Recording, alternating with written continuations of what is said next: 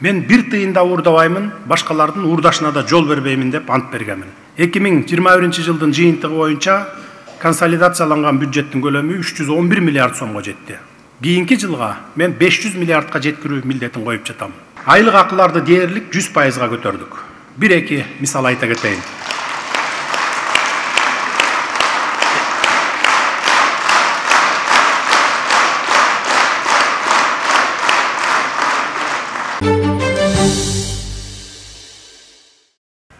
Саламатсыздарбы, урматтуу жалпы республикалык кеңешменин катышуучулары. Мен bir тыйын да уурдабаймын, башкалардын уурдашына да жол бербеймин деп ант бергенмин.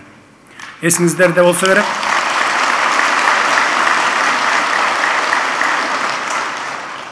Эсиңиздерде болсо керек, мурда казынага кол салгандардын баарын кайра мамлекеттин эсебине төктүрө баштаганбыз, мындан ары да уланта беребиз. Ошондой эле салык жана бажы төлөмдөрүн жакшыртууну да талап кыла баштадым. Акылбек Үсенбекович башкарган министрлер кабинетинин алдына мен койгон эң башкы милдет бюджеттин кирешесин көбөйтүү болду. Бул жаңы команда кандай активдүү иштеп жатканын өзүңүздөр көрүп жатасыздар. Натыйжалары көп деле күттүргөн жок, бат эле келе баштады. 2021-жылдын жыйынтыгы боюнча консолидацияланган бюджеттин көлөмү 311 миллиард сомго жетти. Бул жылы чогултууларды 400 миллиард сомго жеткирүү милдети коюлган. Кийинки жылга мен 500 миллиардка жеткирүү милдетин коюп жатам. Бизде андай мүмкүнчүлүктөр бар. Коррупцияны жок кылсак, чөнтөккө кетип аткандарды, агылып кетип аткандарды токтотсок эле биз жетип барабыз. Ага дагы бир аз убакыт керек, биз ага жетебиз буюрса. Биз азыр айыл чарбасына активдүү түрдө ресурстарды салып жатабыз. Мурда эч качан мындай болгон эмес. 26 миллиард сом кредит түрүндө фермерлерге 6% менен берилди. Ушул жерден бир нерсени баса белгилеп айта кетейин, урматтуу дыйкандар менен фермерлерибизге. Бул сумма албетте 100% дыйкандар менен фермерлерди быйыл эле камсыз кылып койгонго жетпейт. Анткени өлкө боюнча 500 миңге чукул дыйкан фермерлерибиз бар. Ошондуктан быйыл колубузда болгон каражаттын бардыгын мүмкүнчүлүгүбүз болушунча бердик. Быйыл кимиңерге жетишинче алып турсаңыздар, Кудай буюрса кийинки жылы толук камсыз кылабыз деп турабыз. Ирригацияга жана үрөндөргө бөлүнгөн каражаттар менен бирге башка ресурстар да каралып, быйыл айыл чарбасына жумшалган каражаттын жалпы суммасы 40 миллиард сомго жетет. Жылдын аягына чейин. Өзүңүздөр көрдүңүздөр, биз өткөн жумада балыкчыдан Кочкорго чейин темир жолду куруу иштерин баштадык. Азыркы кезде Камбар ата сыяктуу ири кести, чакан кестерди күн жана шамал менен иштетиле турган ондогон станцияларды быйылтадан тартып курууну пландап жатабыз. Ушул апрелдин аягында Кудай буюрса алды башталып калат. Урматтуу социалдык сектордун кызматкерлери, бүгүн биз бир нече министрликтер боюнча айлык акыларды жогорулатуу жөнүндө чечим кабыл алгандыгыбызды сиздерге кубануу менен жарыялаймын.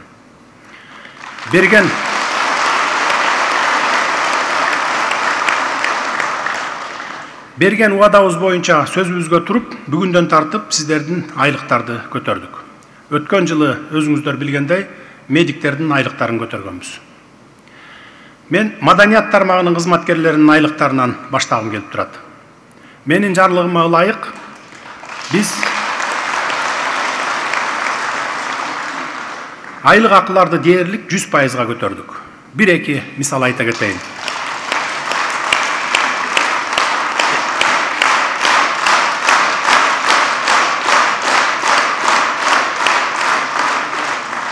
Эгерде Ала Мүдүн райондук борбордук китепкананын жетектөөчү китепканачысынын айлык акысы мурда 10.875 сом болсо, эми 1-апрелден баштап анын айлык акысы 21.845 сомго, 2 эсеге көбөйдү.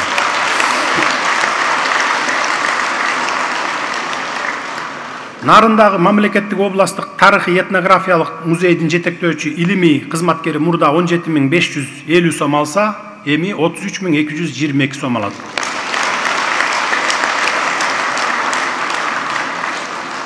Айлык менен кошо бийик тоолуу жерлер боюнча кошумча үстөк толук сакталды. Ош Академиялык Бауур атындагы театрдын актёру мурда 17.700 сом алса, эми 28.239 сом айлык алат.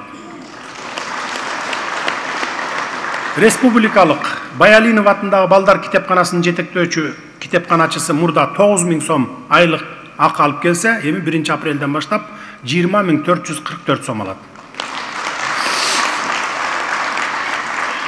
Эмгек жана социалдык коргоо министрлигинин кызматкерлери боюнча да биз айлыкты орточо 2 эсеге жогорулаттык.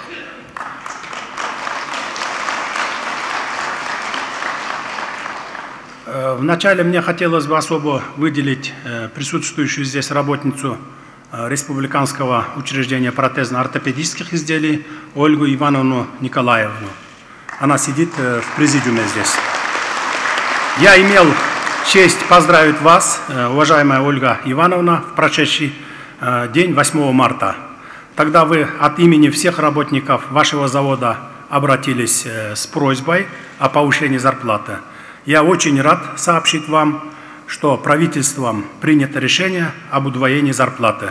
Например, один из ваших коллег с 14-летним стажем сапожник, сам инвалид 3-й группы, до этого получал зарплату около 18 тысяч сомов в месяц, а с этого месяца будет начисляться зарплата в 36 тысяч сом.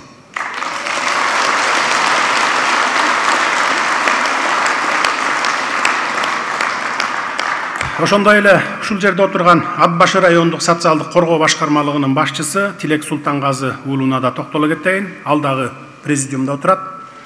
Шайлоо өнөктүгү маалында сиз мага социалдык кызматкерлердин айлыгын көтөрүп берсеңиз деп кайрылган элеңиз. Бүгүн сиздин өтүнүштү толук канааттандырдык.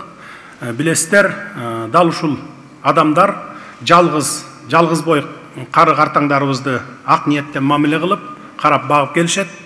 Ошондой эле турмушунда оор кырдаалга туш болгон балдарга да мээримин төгүп камкордук көрөт. Алардын айлыгы бийиктөө шартында 7500 сом эле болчу. Эми бул айдан баштап 14.000 сомго чейин, стажы көп болсо андан да көп алышат.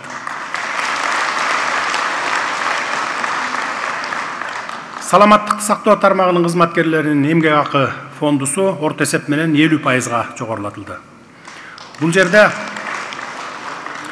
айлык акылар категориялар үчүн төлөнчү төлөмдөрдү алып салуунун эсебинен жогорулатылат деген кептердин баары чындыкка коошпостугун дароо эле айтып кетейин. Биз категориялар үчүн төлөмдөрдү сактап калтырдык. Маселен, Сузак районунун номер 15-үй бүлөлүк дарыгерлер тобундагы 32 жылдык стажы бар үй бүлөлүк дарыгер мурда 17.000 сом алып келген болсо, 17.500 сом алып келген болсо, мындан ары ал 25.718 сом ала баштайт.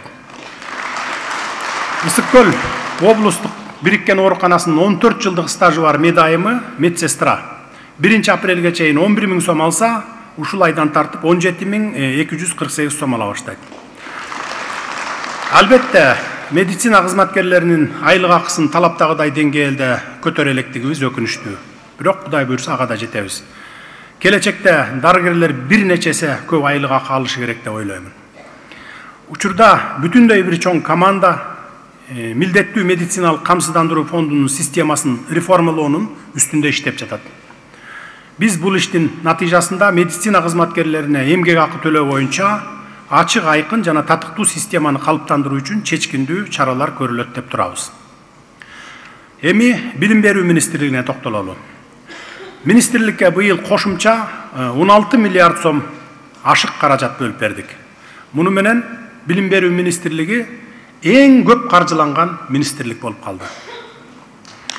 Мында бардык категориялардагы кызматкерлердин айлык акысы 50%дан жогору көтөрүлдү. Эмгек акы системасы калыбына келтирилди. Акылат системасына өткөздүк. Категорияларды дагы киргиздик. Бул жерде орто мектеп мугалимдеринин орточо айлыгы 80%га өстү дегенибиз менен чындыгында айрым учурларда айлык акы 3 эседен ашык көтөрүлдү. Маселен, Лейлек районундагы башталгыч класстын мугалимин алалы, педучилищаны бүтүргөн эмгек стажы жок мугалим мурда колуна 7200 сом алып келсе, 1 апрелден баштап ал колуна 21800 сом ала баштайт. көрүп турганыңыздардай 3 эсеге көбөйүп атат. Дагы бир мисал. Ысык Ата мектебинин педагогикалык иш стажы жок, бакалавр даражасына ээ математика мугалими 1 апрелге чейин 10.450 сом алса, эми 25.300 сом ала баштайт. Урматтуу мугалимдер, кымбаттуу ата-энелер, ушул жерден биз баса белгилеп коюшубуз керек. Мугалимдердин айлыгына акчабызды мындан ары дагы аябайбыз. Мүмкүнчүлүк болор замат дагы да жогорулатып беребиз. Бирок аларга коюлган талабыбызды дагы мындан ары катуу коебуз. Ушул айдан баштап бардык мектептерде аттестациялоо иштери жүргүзүлөт. Балдарыбызга, келечек муундарга сабакты эң татыктуу, эң акылдуу, эң дасыккандарыбыз окутсун.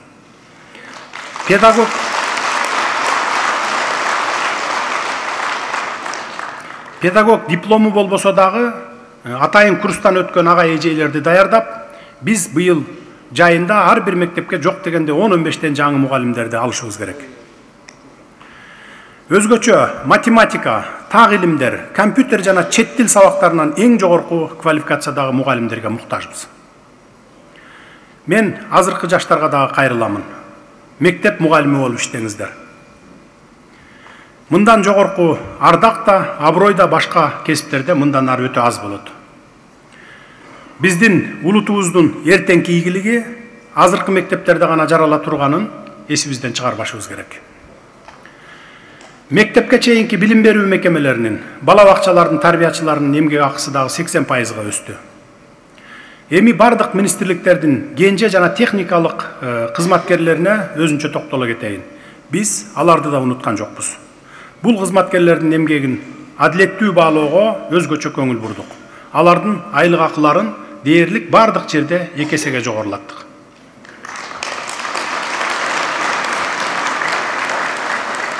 Урматтуу кыргызстандыктар, ошентип 1 апрелден тарта 309 миңге жакын социалдык тармактын кызматкерлеринин эмгек акысын жогорулатууга 2022 жылдын 9 айына кошумча 26 сом бөлдүк. 26 миллиард сом бөлдүк. Бул төлөмдөрдөн тышкары 1-июндан баштап балдарга жөлөк пулдарды, аларга жеке кам көргөндөргө жана башка категориядагыларга төлөмдөрдү көбөйтүүнү пландап жатабыз. Кудай буйрса дагы бир жолу көбөйтүп беребиз алардыкын. Өткөн жылы көбөйтүп бердик элек. Пенсияны адаттагыдай эле ушул жылдын октябрь айында көтөрүү планыбызда.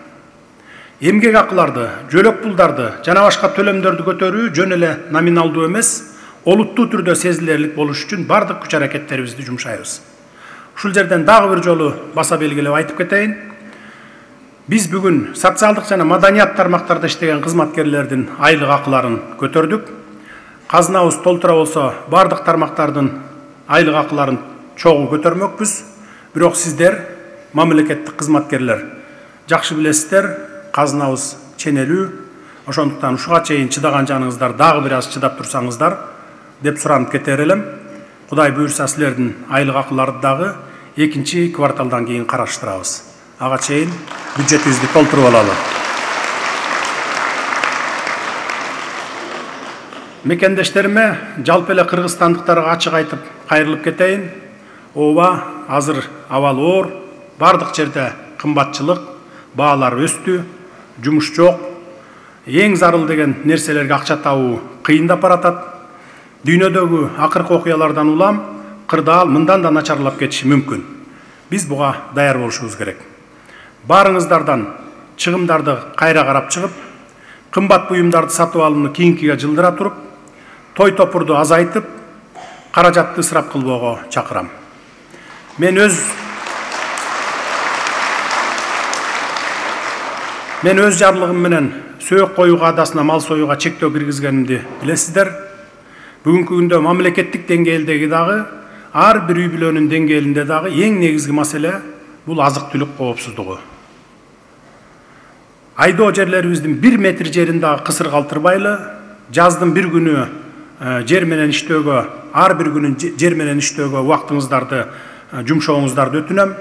Жаздын бир күнү жылга тете дейт. Мамлекет ар бир кыргызстандыкка социалдык жактан кам көрүү үчүн бар күчүн аябайбыз, колубуздан келген жардамыбызды берип турабыз. Буга бөркүңүздө ишене берсеңиздер болот. Эмгекчилер күнү 1 майда Кудай буйрса айтылган эмгек акыңыздарды аласыздар.